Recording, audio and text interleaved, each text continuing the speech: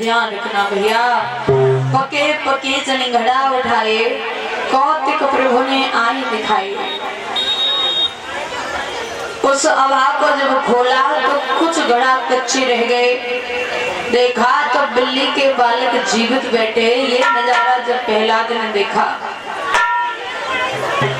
कुमारनी के दोनों पांव पकड़ लिए, बोले मैया आज तो बड़ी अतरज की बात है गई। इतनी तेज आवाज लग रही, इस आवाज के पास बैठा नहीं जा रहा और इस आवाज में बिल्ली के बालक दबे वो जीवित बच गए। अब प्रहलाद को भगवान की लगन लगी। दादा प्रहलाद को भगवान की लगन लगी। गुरुकुल में पहुंचे, बोले भैया अबे तक जो पढ़ाई हम और आप पढ़ रहे थे ना, वो पढ़ाई बड़ी नकली सी पढ़ाई थी। मित्र बोले तो असली पढ़ाई का होते, हमें तो असली पढ़ाई पढ़नी है, हम नकली के पैसा थोड़ी देते हैं। असली पढ़ाई के पैसा देते हैं, पढ़ाई भी असली पढ़ेंगे। क्या असली पढ़ाई है? बोले आप सब पट्टी निकालो। और दादा पट्टी निकलवा करके पट्टी पर राधे श्याम सीताराम सीताराम राधे श्याम लिखवाया हुआ क्या?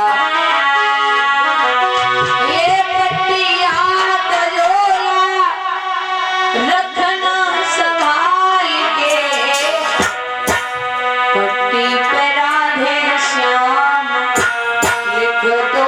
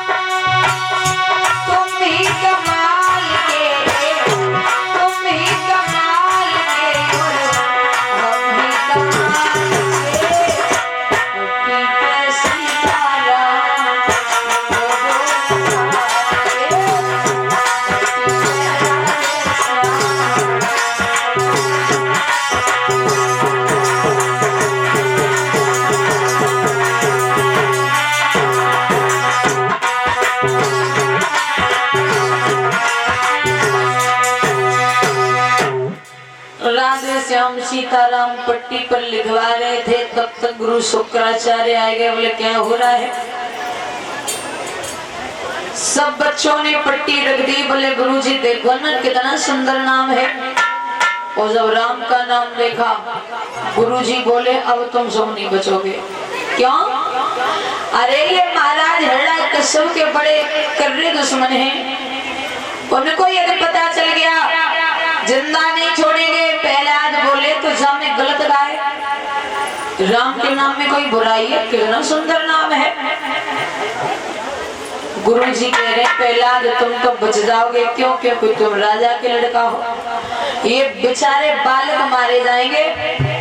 प्रहलाद को लेकर के गुरुजी हिरण्यकश्यप की सभा में पहुंचे। बोले समझा लो, ये खुद भी राम का नाम ले रहा है और बच्चों को भी राम का नाम सिखा रहा है। प्रहलाद पिताजी के सामने पहुंचे। बोले पिताजी राम राम। जब बेटा के मुंह से राम का नाम सुना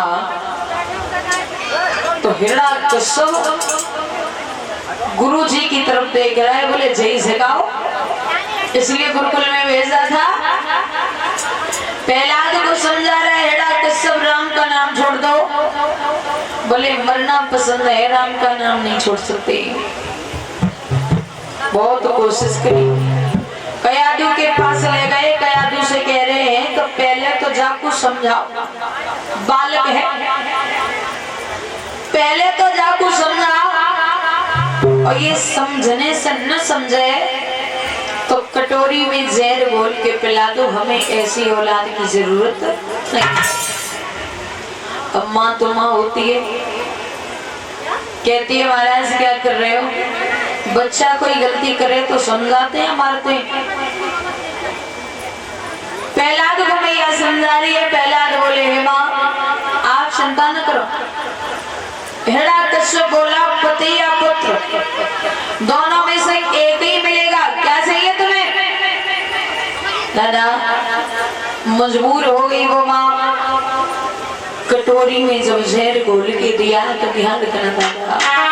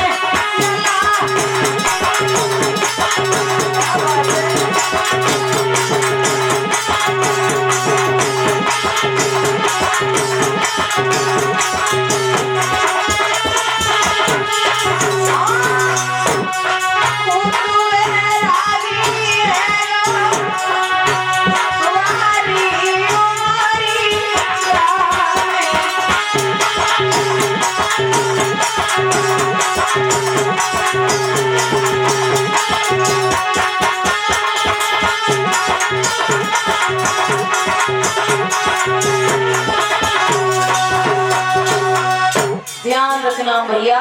तो बहुत कोशिश की मारने की, कभी पालों से पिघवाया, कभी विष पिलाया, तो ध्यान रखना विष अमृत बना दिया। भगवान ने भक्त को गोद में ले लिया।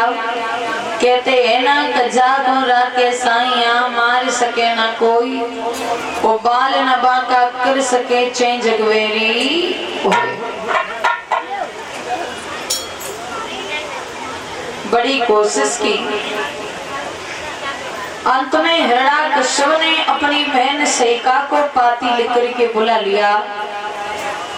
सहिका आंगन में पहुंची, बोले कहो भैया क्यों परेशान हो?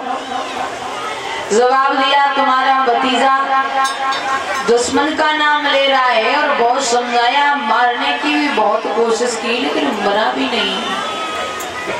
सहिका प्रहलाद के पास पहुंची, बोले लाला राम का नाम छोड़ दो, ये तुम्हारे दुश्मन हैं, इन्होंने तुम्हारे चाचा को मारा।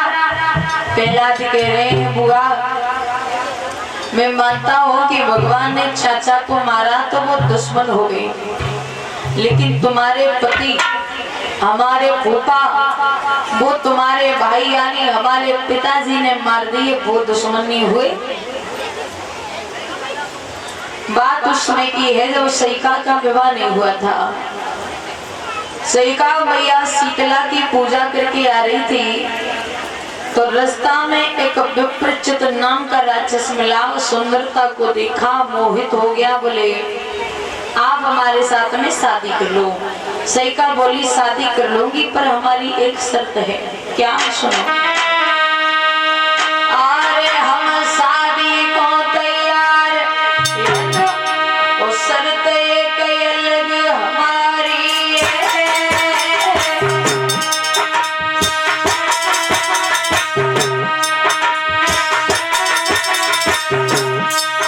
अरे करो युद्ध मेरे भैया से तो करे सवारी है। अरे दुल्हन तेरी बन के आओगी, अरे दुल्हन तेरी बन के आओगी। अब देवों सोच विचार साथ में हार जाओगी।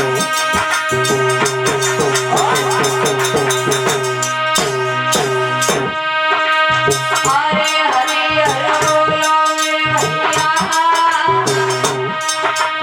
राम भजन में नयो अवसर थे ढोल दैया।